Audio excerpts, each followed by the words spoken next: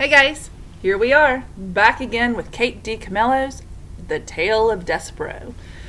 We find ourselves on chapter 42, page 216. Go ahead and turn with me in your books, if you don't mind, to the chapter entitled The Rest of the Thread.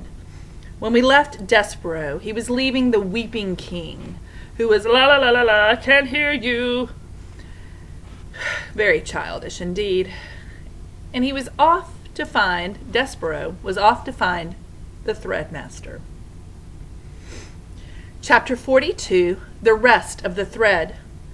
The Threadmaster was sitting atop his spool of thread, swinging his tail back and forth and eating a piece of celery. "Well, look here," he said when he saw Despereaux. "Would you look at that? It's the mouse who loved a human princess back from the dungeon in one piece. The old Threadmaster would say that I didn't do my job well because you're still alive. I must have tied the thread incorrectly. But it is not so.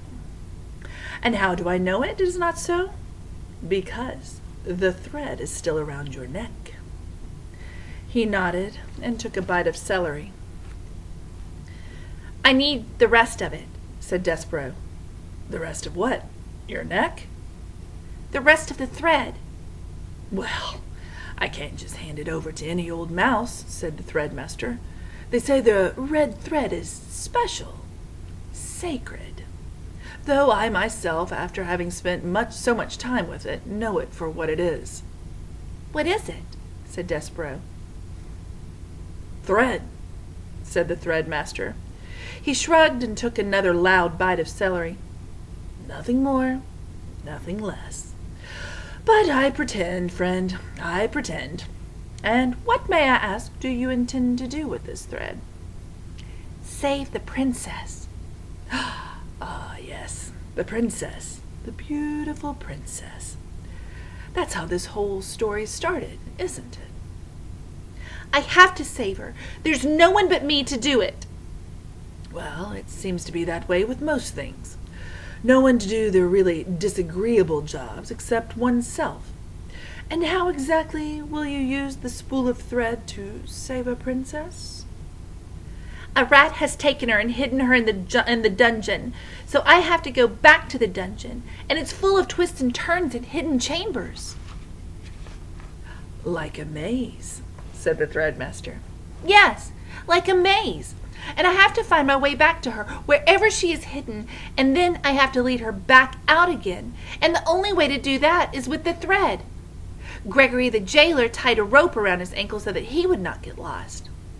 As the mouse said this, he shuddered, thinking of Gregory and his broken rope, dying, lost in the darkness. "I," said Despereaux, I will use the thread." The Threadmaster nodded. I see, he said. He took a meditative bite of celery. "You, my friend, are on a quest." I don't know what that is," said Despereaux. "You don't have to know. You just have to feel compelled to do the thing, the impossible, important task at hand." "Impossible?" said Despereaux. "Impossible," said the Threadmaster. "Important."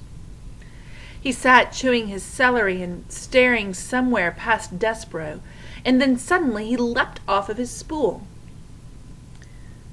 "Who am I to stand in the way of a quest?" he said. "Roll her away." "I can have it?" "Yes, for your quest." Despereaux put his front paws up and touched the spool. He gave it an experimental push forward. "Thank you," he said, looking into the eye of the Threadmaster. I don't know your name." "It's Hovis." "Thank you, Hovis." "There's something else, something that belongs with the thread." Hovis went to the corner and came back with a needle. "You can use it for protection." "Like a sword," said Despereaux. "Like a knight would have." "Yes," said Hovis. He gnawed off a length of thread and used it to tie the needle around Despereaux's waist. like so." "Thank you, Hovis," said Despereaux. He put his right shoulder against the spool of thread and pushed it forward again. "Wait," said Hovis. He stood up on his hind legs, put his paws on Despereaux's shoulder, and leaned close to him. Despereaux smelled the sharp, clean scent of celery as the threadmaster bent his head, took hold of the thread around Despereaux's neck in his sharp teeth, and pulled on it hard. "There," said Hovis when the piece of thread broke and dropped to the ground. "Now you're free. You see, you're not going into the dungeon because you have to. You're going because you chose to." "Yes," said Despereaux, "because I'm on a quest." The word felt good and right in his mouth. Quest. Say it, reader. Say the word quest out loud. It's an extraordinary word, isn't it? So small and yet so full of wonder, so full of hope. "Goodbye," said Hovis as Despereaux pushed the spool of thread out of the threadmaster's hole. "I've never known a mouse who has made it out of the dungeon only to go back into it again. Goodbye, friend. Goodbye, mouse among mice." Chapter 33. Just kidding. Chapter 43. What Cook was stirring. That night, Despereaux rolled the thread from the threadmaster's lair, along innumerable hallways and down 3 flights of stairs. Reader, allow me to put this in perspective for you. The average mouse house, or castle mouse, if you will, the average house mouse, or castle mouse, if you will, weighs somewhere in the neighborhood of 4 ounces. Despereaux, as you well know, was in no way average. In fact, he was so incredibly small that he weighed about half of what the average mouse weighs, 2 ounces. That is all. Think about it. He was nothing but 2 ounces of mouse pushing a spool of thread that weighed almost as much as he did. Honestly, reader, what do you think the chances of such a small mouse succeeding in his quest? Zip. 0. Nada. Goose eggs. But you must, when you are calculating the odds of a mouse's success, factor in his love for the princess. Love, as we have already discussed, is a powerful, wonderful, ridiculous thing, capable of moving mountains and spools of thread.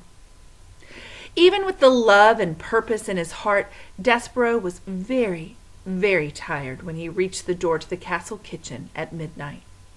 His paws were shaking and his muscles were jumping, and the place where his tail should be was throbbing. And he still had a very, very long way to go, into the kitchen and down the many stairs of the dungeon, and then through somehow, some way, through the rat-filled darkness of the dungeon itself, not knowing where he was going. And, reader, when he stopped to consider what lay ahead of him, Despereaux was filled with an icky feeling of despair.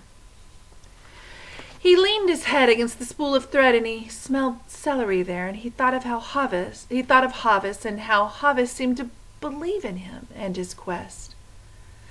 So the mouse raised his head and squared his shoulders and pushed the spool of thread forward again into the kitchen, where he saw, too late, that there was a light burning. Despereaux froze. Cook was in the kitchen. She was bent over the stove. She was stirring something. Was it a sauce? No. Was it a stew? No. What Cook was stirring was soup. Soup, reader! In the king's own castle, against the king's law, right under the king's very nose. Cook was making soup. As the mouse looked on, Cook put her face into the steam rising from the pot and took in a deep breath. She smiled a beatific smile, and the steam rose around her and caught the light of the candle and made a halo over her head. Despereaux knew how Cook felt about mice in her kitchen. He remembered quite clearly her instructions to Mig regarding himself. Kill him. The only good mouse in it is a dead mouse. But he had to go through Cook's kitchen to get to the dungeon door, and he had no time to waste. Soon daylight would dawn and the whole castle would be awake, and a mouse would have no chance at all of pushing a spool of thread across the floor without attracting a great deal of attention. He would have to sneak past the mouse-hating Cook now. And so, screwing his courage to the sticking place, Despereaux leaned against the spool of thread and set it rolling across the floor. Cook turned from the stove, a dripping spoon in her hand, and a frightened look on her face, and shouted, "Who's there?" And that is where we will stop. That's right, just 2 chapters today. A nice little cliffhanger to keep you guessing for tomorrow. Check out your assignment. I've got something cool for you. See you soon.